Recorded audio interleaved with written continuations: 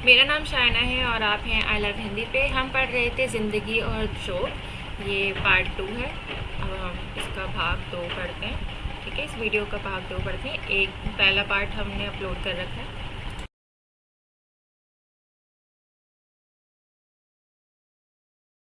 जिंदगी और जोंक एक दुनिया।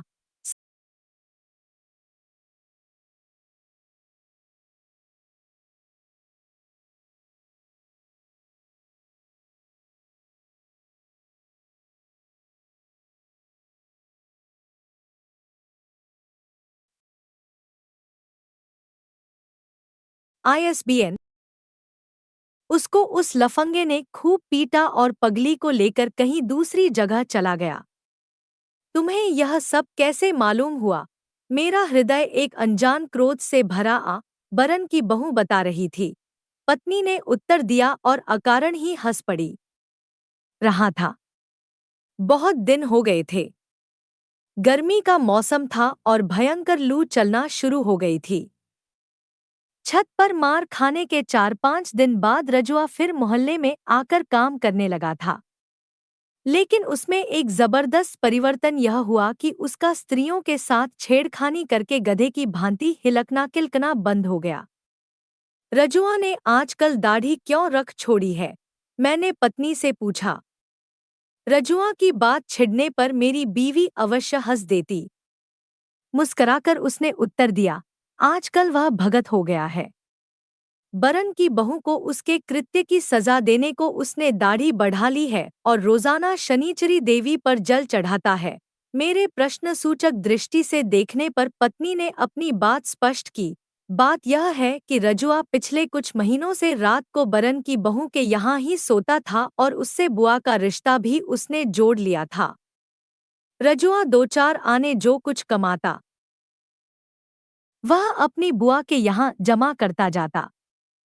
वह बताता है कि इस तरह करते करते 10 रुपए तक इकट्ठे हो गए हैं।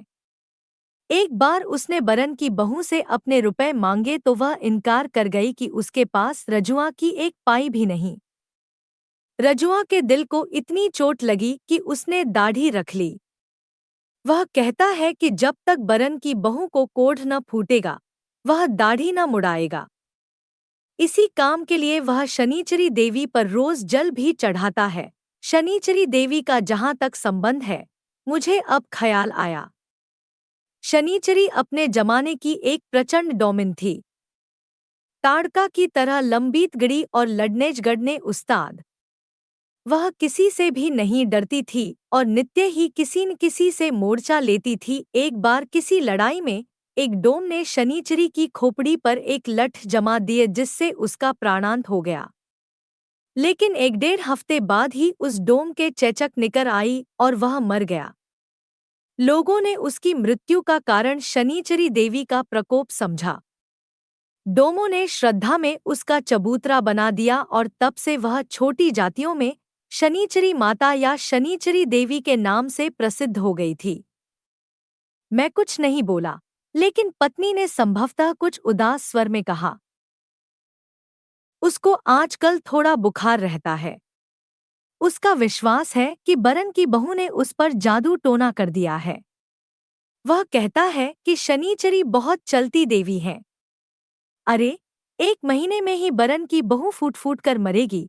पता नहीं उसका ज्वर टूटा कि नहीं। मैंने जानने की कोशिश भी नहीं की। बीमार तो वह सदा ही का था। सोचा शायद उतर गया हो, क्योंकि काम तो वह उसी तरह कर रहा था। हाँ, बीच में उसके चेहरे पर जो चुस्ती और खुशी चमक उठती वह तिरोहित हो गई थी। न वह उतना चहकता था, न उतना बोलता था। अपेक्षाकृत वह अधिक गंभीर और सुस्त हो गया। उसकी रुचि धर्म की ओर मुड़ गई और शनिचरी देवी की मन्नत मानते वह अच्छा भला भगत बन बैठा। मेरे घर के सामने सड़क की दूसरी ओर क्वार्टर में एक पंडित जी रहते हैं। यूं तो वह लकड़ियां बेचते हैं, लेकिन साथ साथ सत्तून मकतेल वगैरह भी रखते हैं। फलस्वरूप उनके यहाँ इक्केतांगेवालों और गाड़ीवानों की भीड़ लगी रहती है,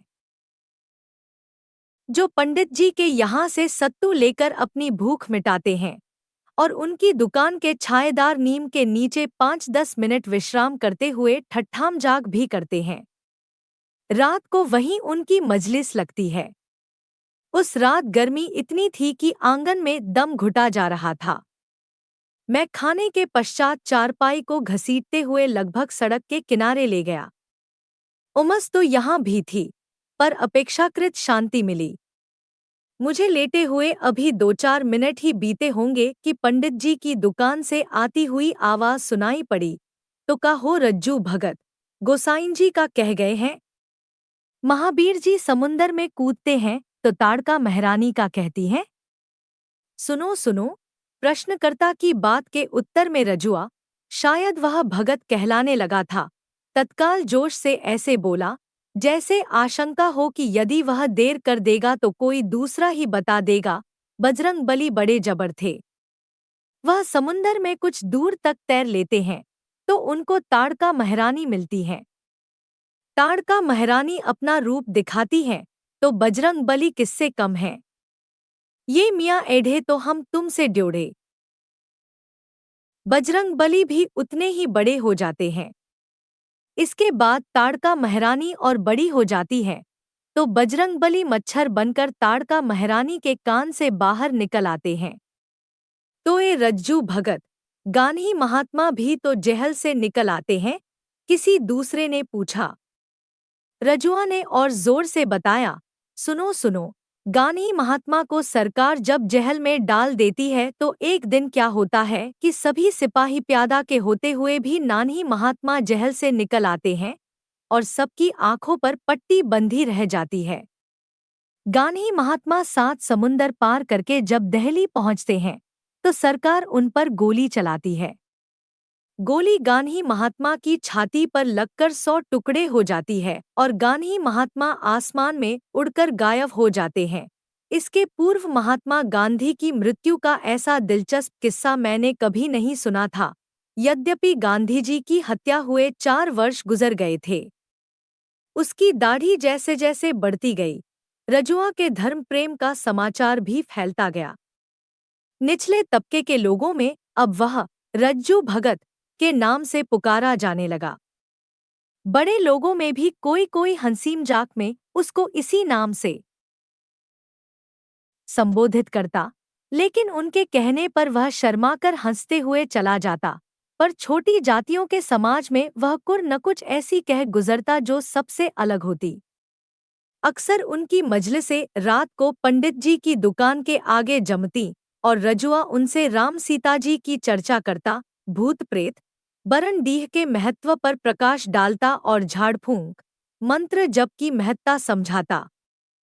वे नाना प्रकार की शंकाएं प्रकट करते और रजुआ उनका समाधान करता। लेकिन इतनी धार्मिक चर्चाएं करने, शनिचरी देवी पर जल चढ़ाने तथा दाढ़ी रखने के बावजूद उसकी मनोकामना पूरी न हुई। शाम को दफ्तर से लौटा ही था कि बीवी ने चिंतातुर स्वर में सूचना दी, अरे जानते नहीं, रजुआ को हैजा हो गया है। उन दिनों गर्मी अपनी चरम सीमा पर थी और गड्ढे तथा बम्पुलिस की गली में, जो शहर के अत्यधिक गंदे स्थान थे, हैजे की कई घटनाएं हो गई थी। मुझे आश्चर्य नहीं हुआ, क्योंकि रजुआ को हैजा न होता तो और किसको होता। जिंदा है या मर गया? मैंने उदासीन स्वर में पूछा। मेरी पत्नी ने अफसोस प्रकट करते हुए कहा, क्या बताएं?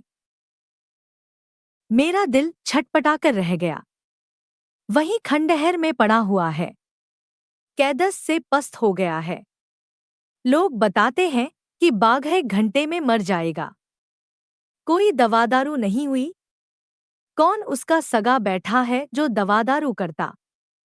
शिवनाथ बाबू के यहाँ काम कर रहा था, पर जहाँ उसको एक कह हुई कि उन लोगों ने उसको अपने यहाँ से खदेड़ दिया।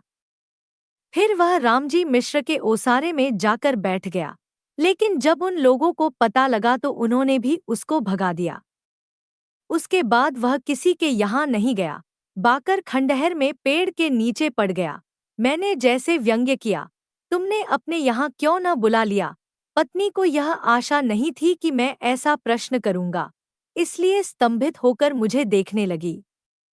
अंत में बिगड़कर बोली, मैं उसे यहाँ बुलाती। कैसी बात करते हैं ब्राप। मेरे भी बाल बच्चे हैं, भगवान न करे उनको कुछ हो गया तो। मैं हंस पड़ा, फिर उठ खड़ा हुआ। जरा देख आओ, दरवाजे की ओर बढ़ता हुआ बोला। आपके पैरों पड़ती हूं। उसको छुएगा नहीं और झटपट चले आइएगा, पत्नी गिड़गिड़ाने लगी। जब मैं खंडहर में पहुंचा तो 2-3 व्यक्ति सड़क के किनारे खड़े होकर रजुबा को निहार रहे थे। वे मोहल्ले के नहीं, बल्कि रास्ते चलते मुसाफिर थे, जो रजुआ की दशा देखकर अकर्मण्य दया एवं उत्सुकता से वहां खड़े हो गए थे।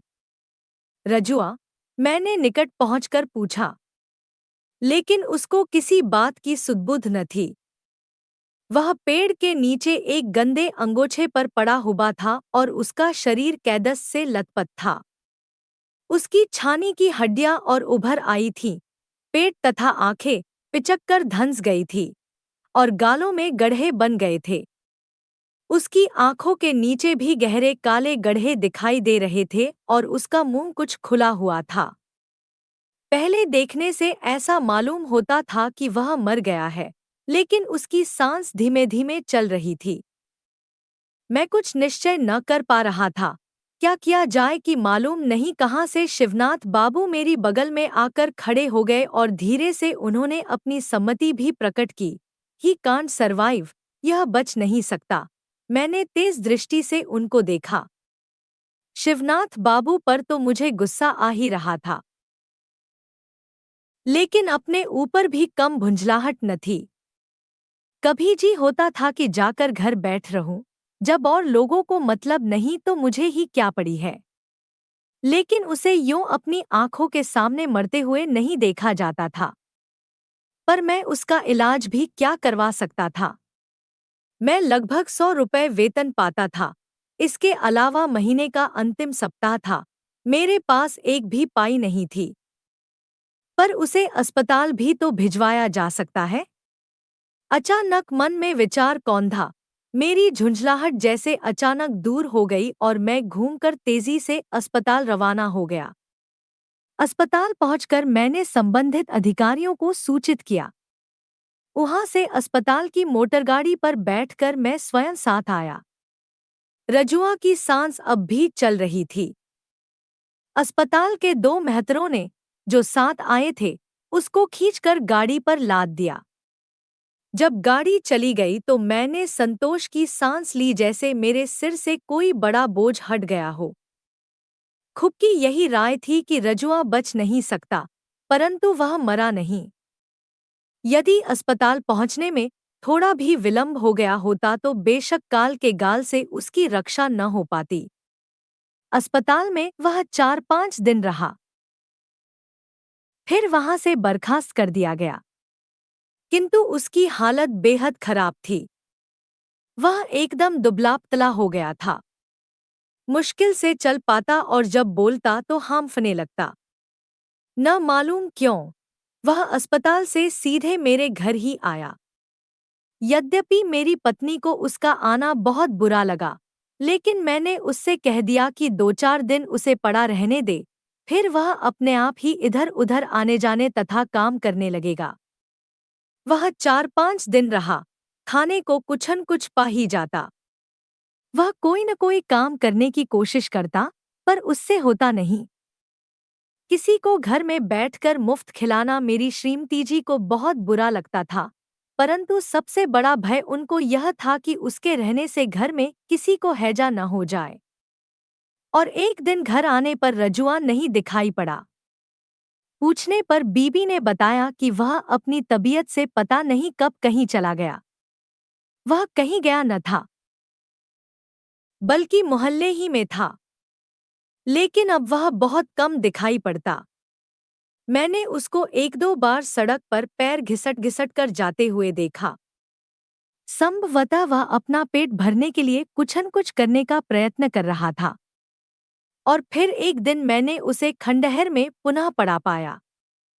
शिवनाथ बाबू अपने दरवाजे पर बैठ अपने शरीर में तेल की मालिश कर रहे थे। मैंने उनसे जाकर नमस्कार करते हुए प्रश्न किया, रजुआ खंडहर में क्यों पड़ा हुआ है?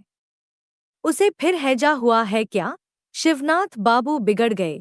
गोली मारिए साहब, आखिर कोई कहाँ तक करे? अब साले को खुजली हुई है, जहां जाता है खुजलाने लगता है।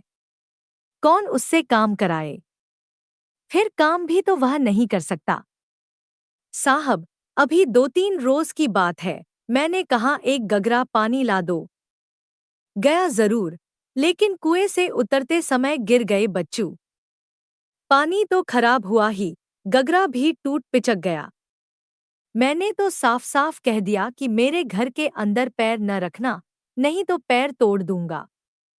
गरीबों को देखकर मुझ भी दयामाया सताती है, पर अपना भी तो देखना है। मैं कुछ नहीं बोला और चुपचाप घर लौट आया।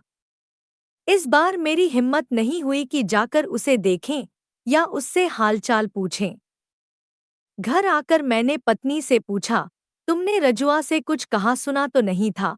मुझे शक था कि बीवी ने ही उसको भगा दिया होगा और इसीलिए वह मेरे घर नहीं आता। मेरी बात सुनकर श्रीमती जी अचकचाकर मुझे देखने लगीं, फिर तिनक कर बोली, क्या करती? रोग को पालती? कोई मेरा भाई बंधु तो नहीं? मैं क्या कहता? रजुआ को भयंकर खुजली हो गई थी, लेकिन उसने मोहल्ला नहीं छोड़ा। वह अक्सर खंडहर में बैठकर अपने शरीर को खुजलाता रहता। खाने की आशा में वह इधर उधर चक्कर भी लगाता। कभी कभी वह मेरे घर के सामने लकड़ी वाले पंडित के यहाँ आता और पंडित जी थोड़ा सत्तू दे देते। मैंने भी 1-2 बार अपने लड़के के हाथ खाना भिजवा दिया। इस तरह उसके पेट का पालन होता रहा। उसका चेहरा भयंकर हो गया था, एकदम पीला और हाथ पैर जली हुई रस्सी की तरह ऐंठे हुए। वह बाहर कम ही निकलता और जब निकलता तो उसको देखकर एक अजीब दहशत सी लगती, जैसे कोई नरकंकाल चल रहा हो। आपाड़ चढ़ गया था और बरसात का पहला पानी पड़ चुका था। शनिवार का दिन सवेरे लगभग 8 बजे मैं दफ्तर का काम लेकर बैठ गया, लेकिन तबीयत लगी नहीं। बाहर नाली में वर्षा का पानी पूरे वेग से दौड़ रहा था और शरीर पर पुरवाई के भाग आ लगते, जिससे मैं एक मधुर मुमनी का अनुभव कर रहा था। मैंने क्लम मेज पर खदी और कुर्मी पर सिर टेककर ऊँघने लगा। यदि एक आहट ने चौंका न दिया होता तो मैं सो भी जाता। मैंने आंखें खोलकर बाहर झांका। बाहर ओसारे में खड़ा एक 13-14 वर्ष का लड़का कमरे में झांक रहा था। लड़के के शरीर पर एक गंदी धोती थी और चेहरा मैला था। मुझे संदेह हुआ कि वह कोई चोरचाई है, इसलिए मैंने डपट कर पूछा, कौन है रे? क्या चाहता है? लड़का दुबककर कमरे में घुस आया और निधड़क बोला, सरकार, रजुआ मर गया। उसी के लिए आया हूँ। अंत में हंस पड़ा। मर गया? कब मरा? कहाँ मरा? मैंने साश्चर्य मुंह बाकर एक ही साथ उससे कई प्रश्न किए। लड़के ने फिर हंसते हुए कहा, हाँ सरकार, मर गया। मालिक, इस कारण पर उसके गांव एक चिट्ठी लिख दीजिए। मैंने इसके आगे रजुआ के संबंध में कुछ न पूछा। मैं अचानक डर गया कि यदि मैंने मामले में अधिक दिलचस्पी दिखाई तो हो सकता है कि मुझे उसकी लाश फूंकने का भी प्रबंध करना पड़े। लड़के के हाथ में एक पोस्टकार्ड था, जिसको लेते हुए मैंने सवाल किया, इस पर क्या लिखना होगा? उसके गांव का क्या पता है? मालिक, रामपुर के भजनराम बरई के यहाँ लिखना होगा। लिख दीजिए कि गोपाल मर गया। लड़के की आवाज कुछ ढीठ हो गई थी। गोपाल जी, वहां तो उसका यही नाम है। मैंने पोस्टकार्ड पर तेजी से मजमून तथा पता लिखा और पत्र को लड़के के हवाले कर दिया। मैं लड़के से पूछना चाहता था कि तू कौन है? रजुआ कहाँ मरा? उसकी लाश कहाँ है? परंतु मैं कुछ नहीं पूछ सका, जैसे मुझे काठ मार गया हो। सच कहता हूँ, रजुआ की मृत्यु का समाचार सुनकर मेरे हृदय को अपूर्व शांति मिली, जैसे दिमाग पर पड़ा हुआ बहुत बड़ा बोझ हट गया हो। उसको देखकर मुझे सदा घृणा होती थी और कभी-कभी यह सोचकर कष्ट होता था कि इस व्यक्ति ने सदा ऐसे प्रयास किए जिससे इसको भीख न मांगनी पड़े, और उसको भीख मांगनी भी पड़ी है तो इसमें उसका दोष कति नहीं रहा है। मैंने उसकी दशा देखकर कई बार क्रोधवश सोचा है कि यह कमबख्त एक ही मोहल्ले से क्यों चिपका हुआ है, घूम घूम कर शहर में भीख क्यों नहीं मांगता। मुझे कभी कभी लगता है कि वह किसी का मोहताज न होना चाहता था और इसके लिए उसने कोशिश भी की जिसमें वह असफल रहा। चूंकि वह मरना न चाहता था, इसलिए जोंक की तरह जिंदगी से चिमटा रहा। लेकिन लगता है दगो स्वयं जॉक्सरी ही उससे चिमटी थी और धीरे धीरे उसके रक्त की अंतिम बूंद तक पी गई। रजुआ को मरे 3-4 दिन हो गए थे। सारे मोहल्ले में यह समाचार उसी दिन फैल गया था। मोहल्ले वालों ने अफसोस प्रकट किया और शिवनाथ बाबू ने तो यहाँ तक कह डाला कि जो हो, आदमी वह ईमानदार था। रात के करीब 8 बजे थे और मैं अपनी बाहरी ओसारे में बैठा था। आसमान में बादल छाए थे और सारा वातावरण इतना शांत था जैसे किसी षड्यंत्र में लीन हो। बगल की चौकी पर रखी धुंधली लालटेन कभी-कभी चकमक कर उठती और उसके चारों ओर उड़ते पतंगे कभी कमीज के अंदर घुस जाते, जिससे तबीयत एक असह्य खींच से भर उठती। मैं भीतर जाने के उद्देश्य से उठा कि सामने एक छाया देखकर एकदम डर गया। रजुआ की शक्ल का नरकंकाल भीतर चला आ रहा था। सच कहता हूँ, यदि मैं भूत प्रेत में विश्वास करता तो चिल्ला उठता, भूत भूत। मैं आंखें फाड़ फाड़ कर देख रहा था। नरकंकाल धीरे धीरे घिसटता बढ़ा आ रहा था। यह तो रजुआ ही था ठरी मात्र। क्या वह जिंदा है? वह मेरे निकट आ गया। संभवतः मेरी परेशानी भांपकर बोला, सरकार, मैं मरा नहीं हूँ, जिंदा हूँ। अंत में वह सूखे होठों में हंसने लगा। तब वह लड़का क्यों आया था? मैंने गंभीरतापूर्वक प्रश्न किया। उसने पहले दांत निपोड़ दिए, फिर बोला, सरकार, वह गुदड़ी बाजार के बचन राम का लड़का है। मैंने ही उसको भेजा था। बात यह हुई सरकार कि मेरे सिर पर एक कौवा बैठ गया था। हजूर, कौवे का सिर पर बैठना बहुत अनशुभ माना जाता है। उससे मौत आ जाती है। फिर गांव पर चिट्ठी लिखने का क्या मतलब? मेरी समझ में अब भी कुछ न आया था। उसने समझाया, सरकार, यह मौत वाली बात किसी सगे संबंधी के यहाँ लिख देने से मौत टल जाती है। भजनराम बरई मेरे चाचा होते हैं। मालिक, एक और कारण है। इस पर लिख दें, सरकार की गोपाल जिंदा है, मरा नहीं। मैंने पूछना चाहा कि तू क्यों नहीं आया, लड़के को क्यों भेज दिया, लेकिन यह सब व्यर्थ था। संभवतः उसने सोचा हो कि उसका मतलब कोई न समझे और लोग बात को मजाक समझकर कहीं दुरदुरा न दें। मैंने पोस्टकार्ड लेकर उस पर उसकी इच्छानुसार लिख दिया। पोस्टकार्ड लौटाते समय मैंने उसके चेहरे को गौर से देखा। उसके मुख पर मौत की भीषण छाया नाच रही थी और वह जिंदगी से जौक की तरह चिमटा था, लेकिन जौंक वह था या जिंदगी? वह जिंदगी का खून चूस रहा था या जिंदगी उसका? मैं तय न कर पाया। इस ब्लॉग से लोकप्रिय पोस्ट